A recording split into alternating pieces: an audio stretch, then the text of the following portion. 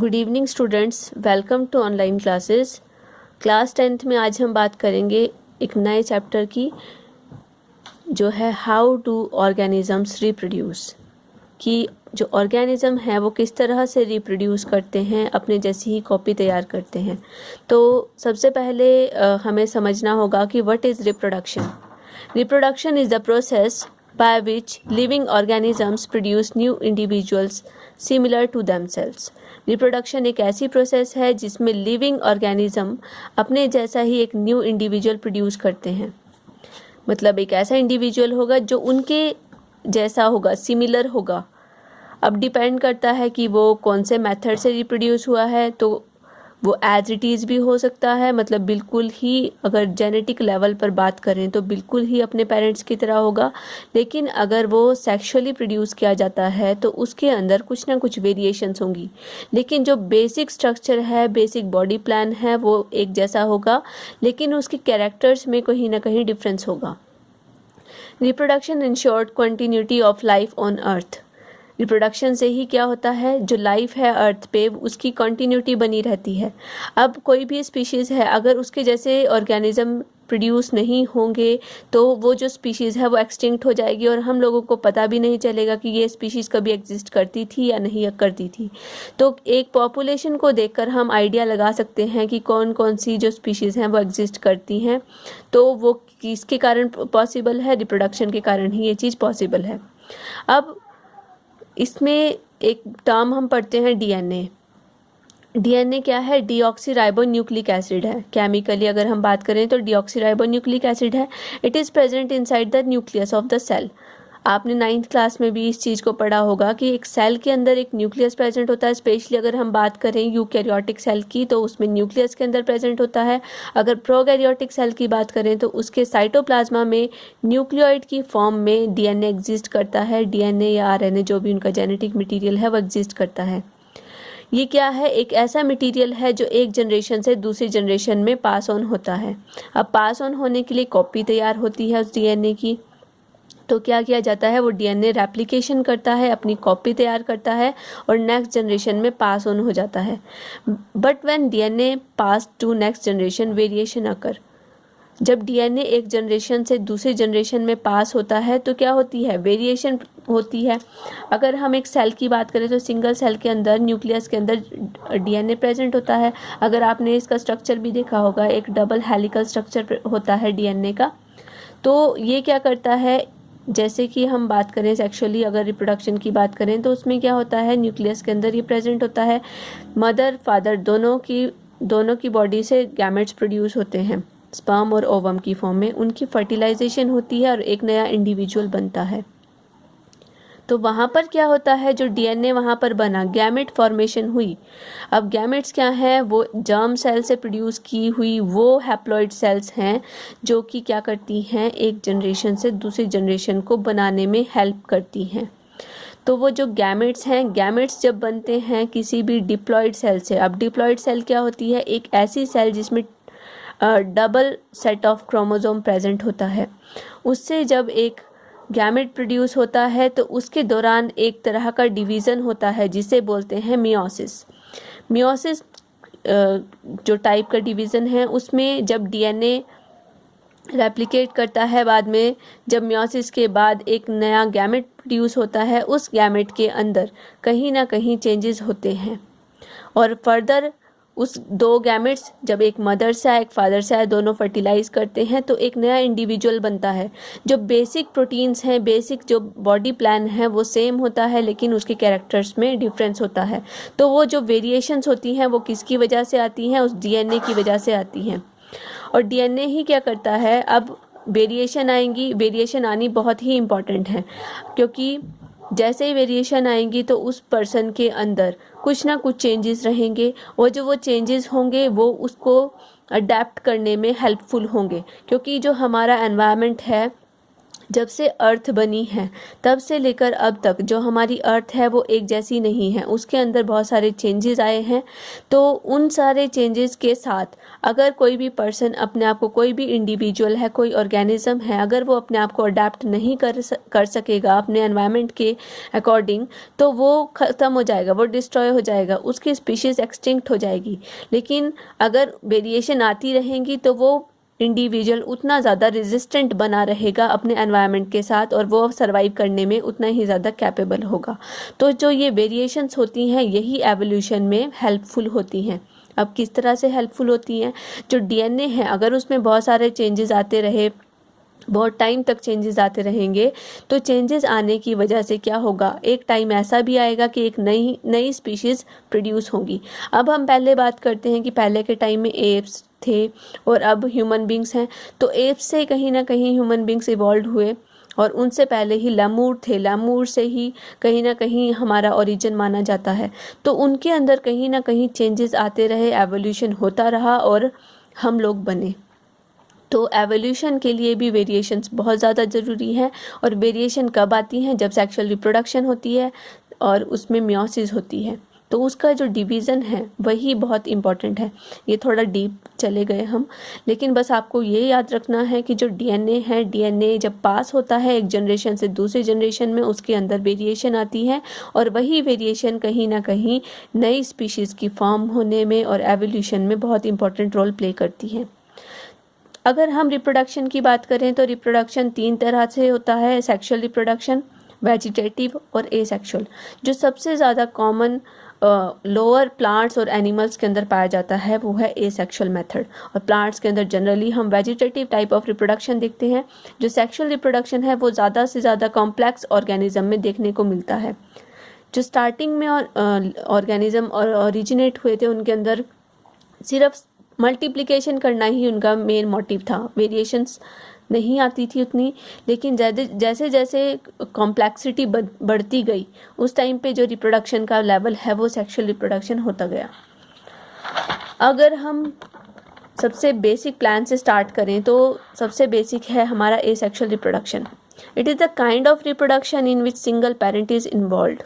अब asexual reproduction एक ऐसा रिप्रोडक्शन है जिसमें सिर्फ एक सिंगल पेरेंट की ज़रूरत होती है, और उससे जो प्रोजेनी बनती है, जो नए ऑफस्प्रिंग्स और इंडिविजुअल बनते हैं, वो बिल्कुल आइडेंटिकल होते हैं अपने पेरेंट्स के। मतलब उनकी जेनेटिक लेवल भी सेम होंगे, उनका मॉर्फोलॉजिकल लेवल भी सेम होगा। It is extremely useful as a mean of rapid multiplication. अगर रैपिड मल्टीप्लिकेशन करनी है तो उसके लिए जो असेक्सुअल रिप्रोडक्शन है वो एक्सट्रीमली यूजफुल है। इस रिप्रोडक्शन के दौरान किसी भी तरह के गैमेट्स प्रोड्यूस नहीं होते। ये जनरली कहाँ पर देखने को मिलता है? जो लोअर प्लांट्स और एनिमल्स हैं उनके अंदर एसेक्सुअल मेथड फॉलो किया जाता है। और एसेक्सुअल मेथड के भी बहुत सारे फॉर्म्स हैं, जैसे फिशन है, बडिंग है, स्पोर फॉर्मेशन है। जैसे मैंने यहाँ पर बताया है, फिशन है, बडिंग है, रीजनरेशन है, स्पोर फॉर्मेशन है, फ्रेगमेंटेशन है। तो इन मेथड्स के थ्रू एसेक्सुअल रिप्रोडक्शन हो सकती है। तो इन्हीं के बारे में थोड़ा डिटेल में पढ़ते हैं कि व्हाट इज़ फिशन। सबसे पहले बात करते हैं फिशन की। फिशन में क्या है? जो पेरेंट सेल है वो डिवाइड करती है या स्प्लिट करती है और 2 डॉटर सेल्स फॉर्म कर सकती है अगर बाइनरी फिशन है, और बहुत सारी सेल्स फॉर्म करती है तो वो है मल्टीपल फिशन। मतलब फिशन का मतलब होता है खंडन होना, टूट जाना। तो इसमें क्या है? जो पेरेंट सेल है वो डिवाइड करती है और स्प्लिट हो जाती है 2 डॉटर सेल्स में, तो वो बाइनरी फिशन है। और बहुत सारे सेल्स में अगर वो स्प्लिट हो जाती है, डिवाइड हो जाती है, तो उसे मल्टीपल फिशन बोलते हैं। जो बाइनरी फिशन है ये जनरली जो लोअर ऑर्गेनिज्म है, अमीबा एक सिंगल सेल यूनिसेलुलर यूकैरियोट है। इसके अंदर न्यूक्लियस प्रेजेंट होता है। जब ये डिवाइड करता है, बाइनरी फिजन करता है, तो उस दौरान जो सिंगल पेरेंट है ये क्या करता है? अपने न्यूक्लियस को सबसे पहले डिवाइड करता है। लेकिन उससे पहले क्या करता है? बहुत सारे फूड को अपने अंदर एक्यूमुलेट करके अपने साइज़ को इंक्रीज़ करता है। फिर उसके बाद ये अपने न्यूक्लियस को डिवाइड करके दो न्यूक्लियाई फॉर्म कर देता है। जैसे ही 2 न्यूक्लियाई फॉर्म होते हैं, ये 2 डिफरेंट सेल्स में बीच में ही यहाँ पे स्प्लिट होना स्टार्ट हो जाता है, और जो ये सेल है ये भी सेपरेट हो जाती हैं और इस तरह से 2 डॉटर सेल्स फॉर्म हो जाती हैं। इसी तरह से बाइनरी फिजन देखने को मिलता है लेशमैनिया में। लेशमैनिया एक प्रोटोजोन है जो कि काला अजहर नाम की बीमारी कॉज करता है। तो लेशमैनिया का अगर स्ट्रक्चर देखते हैं तो ये इस तरह से इसका स्ट्रक्चर होता है, फ्लैजिलेटेड होता है यहाँ पर, ठीक है, भी फ्लैजिला प्रेजेंट होते हैं। तो ये तो एक यूनिसेलुलर ऑर्गेनिज्म ऐसा था जिसकी जो बॉडी है वो बिल्कुल इरेगुलर शेप्ड है, लेकिन कुछ एक ऑर्गेनिजम्स होते हैं जो अलोंगेटेड होते हैं, तो उनमें एक पर्टिकुलर मैनर में बाइनरी फिजन होता है। इसी तरह से मल्टीपल फिजन भी देखने को मिलता है प्लाज्मोडियम में। उसमें एक सिंगल सेल के अंदर बहुत सारा जो उसका साइटोप्लाज्मा है, उसका जो न्यूक्लियस है वो डिवाइड करके बहुत सारे न्यूक्लियाई फॉर्म करता है, और उसका जो साइटोप्लाज्मा है वो डिवाइड करके बहुत सारी सेल्स फॉर्म करता है। तो इस तरह का फिजन देखने को मिलता है प्लाज्मोडियम के अंदर। प्लाज्मोडियम क्या है? एक प्रोटोजोन ही है जो कि मलेरिया कॉज करता है। इसके बाद बात करते हैं बडिंग की। बडिंग में क्या है? A new organism is produced as an outgrowth of the parent body part. जो पेरेंट बॉडी है उसकी बॉडी से क्या है, एक आउटग्रोथ बननी स्टार्ट हो जाती है, एक बड बननी स्टार्ट हो जाती है, और कुछ टाइम के बाद ये बड सेपरेट हो जाती है और एक नया इंडिविजुअल बन जाता है। तो जो बड है वो देखने को मिलती है हाइड्रा के अंदर या ईस्ट के अंदर। जो ईस्ट सेल्स हैं, ये एक ईस्ट सेल है, ये एक पेरेंट सेल है। ये क्या करता है, इसमें इसकी जो सेल है पहले ये अपने अंदर बहुत सारा फूड एक्यूमुलेट करता है और वहाँ से एक छोटी सी बड बनानी स्टार्ट कर देता है। फिर ये अपने न्यूक्लियस को डिवाइड करके इसके अंदर पास कर देता है और यहाँ पर वॉल फॉर्मेशन हो जाती है और इस तरह से एक बड तैयार हो जाती है। जो ईस्ट है, ईस्ट कैसा है? एक यूनिसेलुलर फंजाई है जिसमें क्या है, बर्ड फॉर्म होती है और इस तरह से इसमें बहुत सारी बर्ड्स देखने को मिल सकती हैं। मल्टीपल बर्ड्स एक साथ बनी रह सकती है और ये जो बर्ड्स हैं ये फिर सेपरेट हो जाती हैं और सेपरेट होने के बाद ये एक नए इंडिविजुअल में ग्रो कर सकती हैं। मतलब क्योंकि ये सिंगुलर बॉडी है, यूनिसेलुलर बॉडी है, तो ये एक सेल ही एक डिफरेंट मतलब सारे फंक्शंस परफॉर्म करना स्टार्ट कर देती है। इसी तरह से बडिंग देखने को मिलती है हाइड्रा के अंदर। हाइड्रा में क्या होता है, पर्टिकुलर जो पोजीशन है वहाँ से एक छोटी सी बर्ड अराइज होती है और वो बर्ड एक नॉर्मल शेप अटेन कर लेती है और उस टाइम के बाद कुछ टाइम के बाद ये यहाँ से ब्रेक हो जाती है और सेपरेट हो जाती है और एक नए इंडिविजुअल की फॉर्म में ग्रो करती है। इस तरह से बडिंग होती है। तो इस तरह की जो बडिंग है वो जनरली जो यूनिसेलुलर ऑर्गेनिज्म है उसमें भी देखने को मिलती है। मल्टी सेलुलर हाइड्रा है उसमें भी देखने को मिल सकती है, लेकिन लोअर प्लांट्स या लोअर एल्गी के अंदर इस तरह की जो लोअर ऑर्गेनिज्म है उसके अंदर बडिंग देखने को मिलती है। इसके बाद बात करते हैं रीजनरेशन की। रीजनरेशन का मतलब ही क्या है, रीजनरेट करना। तो इसमें क्या होता है, जैसे कि सिंपल एनिमल्स हैं लाइक प्लानेरिया एंड हाइड्रा, तो उनके केस में क्या होता है, अगर उनकी जो बॉडी है, उस ऑर्गेनिज्म की बॉडी, अगर उस बॉडी को हम कट कर दें तो वो एक नया इंडिविजुअल फॉर्म कर देता है। तो जैसे कि ये प्लानेरिया है, अगर इसको 3 सेक्शंस में कट कर दें तो इन सेल्स के अंदर कैपेबिलिटी है कि ये नया इंडिविजुअल इन्हीं सेल्स से ग्रो करवा सकती हैं। इनकी जो सेल्स हैं उनमें रीजनरेशन की पावर होती है, स्पेशलाइज्ड सेल्स इसके अंदर होती हैं। तो जैसे प्लानेरिया है, ये प्लानेरिया ग्रो करके नया इंडिविजुअल फॉर्म कर सकता है। जैसे आपने देखा होगा कि जो स्टार फिश होती है, स्टार फिश को भी जब आप अगर 2 पार्ट्स में कट कर देते हैं तो वो भी ग्रो कर सकती है, रीजनरेट कर सकती है।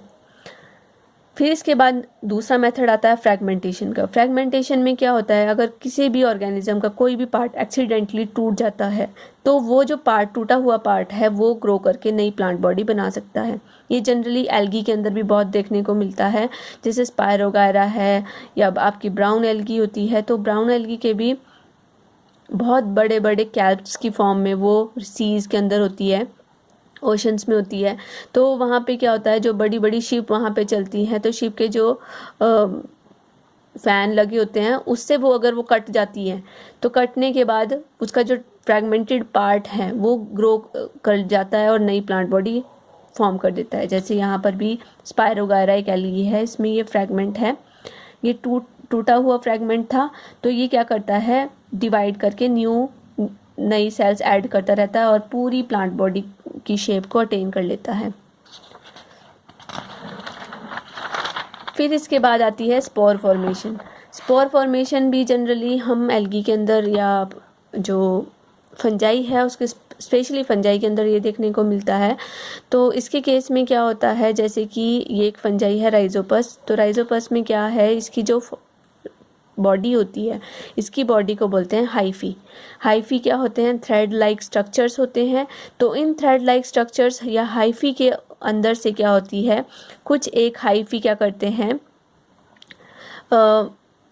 वो एलोंगेट होते हैं और उनकी जो टिप है, टिप के एंड पर कुछ एक बॉडीज़ बन जाती हैं। अब वो बॉडीज़ कैसे बनी, इसके अंदर का जो साइटोप्लाज्मा था वो सारा यहाँ ट्रांसफ़र कर जाता है और यहाँ पर ये डिवाइड कर जाता है और बहुत सारे स्पोर्स फॉर्म कर देता है।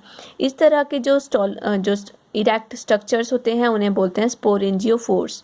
ये क्या है, हाइफी है। इस हाइफी से यहाँ पर राइजोइड्स भी हैं इसके अंदर। राइजोइड्स वो पार्ट्स होते हैं जिसकी हेल्प से ये अटैच करता है। ये जनरली हाइफी होते हैं। हाइफी के इरेक्ट पार्ट में से एक ग्लोबो स्ट्रक्चर फॉर्म हो जाता है। इस ग्लोबो स्ट्रक्चर के अंदर डिवीज़न होता है और बहुत सारे स्पोर्स बन जाते हैं। एक पर्टिकुलर टाइम के बाद अब ये इलोंगेटेड इरेक्ट स्ट्रक्चर को स्पोरेंजियोफोर बोलते हैं और ये ग्लोबो स्ट्रक्चर है इसे बोलते हैं स्पोरेंजियम, और बहुत सारे हैं तो स्पोरेंजिया। तो यहाँ पर क्या होता है, ये एक पर्टिकुलर टाइम के बाद बर्स्ट हो जाता है, क्योंकि इसके अंदर बहुत सारे स्पोर्स होते हैं, ये बर्स्ट हो जाता है और जो स्पोर्स होते हैं यहाँ से ये लिबरेट हो जाते हैं और किसी भी सबस्ट्रेटम पर या सॉइल पर गिर जाते हैं। वहाँ पर सॉइल में अगर इन्हें पर्टिकुलर या फेवरेबल कंडीशंस मिलती हैं तो वहाँ पर ये ग्रो करके इसी तरह के नए नए हाइफी फॉर्म कर देते हैं। तो इस तरह से भी ये ग्रो करने, नई प्लांट बॉडी या नई बॉडी को, नए इंडिविजुअल को ग्रो करने में हेल्प करते हैं। इसके बाद बात आती है वेजिटेटिव प्रोपेगेशन की। तो ये सारे जो मेथड्स हैं, इससे प्रीवियस जो मेथड्स पढ़े वो सारे हम एसेक्सुअल रिप्रोडक्शन में कंसिडर करते हैं। इवन जो वेजिटेटिव प्रोपेगेशन है ये भी एक तरह से एसेक्सुअल मेथड है। एसेक्सुअल रिप्रोडक्शन के मेथड में क्या होता है कि जो नया इंडिविजुअल बनता है वो बिल्कुल ही अपने पेरेंट जैसा होता है, उसके जेनेटिक लेवल पर कोई भी वेरिएशन नहीं होती। अब वेजिटेटिव प्रोपेगेशन में भी क्या होता है, अगर ये स्पेशली टर्म हम प्लांट्स के केस में यूज़ करते हैं तो इस केस में क्या है, प्लांट की कोई भी बॉडी, कोई भी पार्ट एक्सेप्ट फ्लावर, अगर फ्लावर के सीड्स के अलावा प्लांट के किसी भी पार्ट से नया प्लांट बनता है तो उसे हम कंसीडर करते हैं वेजिटेटिव प्रोपेगेशन में। जनरली आपने देखा होगा कि हम कलम लगाते हैं, ठीक है, और कुछ के केस में बल्ब्स बनती हैं या फिर बर्ड्स लगी होती हैं, तो उन बर्ड्स के थ्रू हम नई प्लांट बॉडी ग्रो करवा सकते हैं। तो स्टेम से हम रोज़ वगैरह में नया प्लांट ग्रो करवा सकते हैं। कुछ एक प्लांट्स है जिसमें लीफ के थ्रू भी नया प्लांट ग्रो करता है, जैसे ब्रायोफाइलम है। जो ब्रायोफाइलम है इसकी जो लीफ है, लीफ के बिल्कुल जैसे लीफ होती है, लीफ के बिल्कुल एज से यहाँ पे क्या होता है, बहुत सारी रूट्स अराइज होनी स्टार्ट हो जाती हैं और ये अराइज करके राइजोइड्स बना देती हैं और यहाँ से प्लांट, नया प्लांट बन जाता है। इसी तरह से बहुत सारी रूट्स के थ्रू हम प्लांट बॉडी ग्रो कर सकते हैं, जैसे रूट का कोई सेक्शन कट किया या स्टेम के थ्रू हम ग्रो कर सकते हैं, लेयरिंग कर सकते हैं, गुटी फॉर्मेशन कर सकते हैं, और ब्रांचेस हैं तो स्टेम ही आ गया। तो प्लांट के किसी भी पार्ट से हम नया प्लांट ग्रो करवा सकते हैं। तो अगर हम फ्लावर के अलावा किसी और पार्ट से नया प्लांट बनाते हैं तो उसे हम वेजिटेटिव प्रोपेगेशन में कंसीडर करते हैं। अगर हम सीड्स के थ्रू नई प्लांट बॉडी ग्रो करवाते हैं तो सीड्स से नया प्लांट बनता है तो उसके अंदर चेंजेस आ सकते हैं। लेकिन अगर हम इस मेथड के थ्रू नया प्लांट बनाते हैं तो वो जो प्लांट होगा वो बिल्कुल अपने पेरेंट जैसा होगा। जो भी गुण या कैपेबिलिटीज़ या कैरेक्टरिस्टिक्स जो पेरेंट के होंगे उसके थ्रू हम क्या कर सकते हैं, उसी तरह का नया प्लांट ग्रो करवा सकते हैं। इसके बाद बात आती है सेक्सुअल रिप्रोडक्शन की। तो सेक्सुअल रिप्रोडक्शन हम नेक्स्ट लेक्चर में कंटिन्यू करेंगे। Thank you class.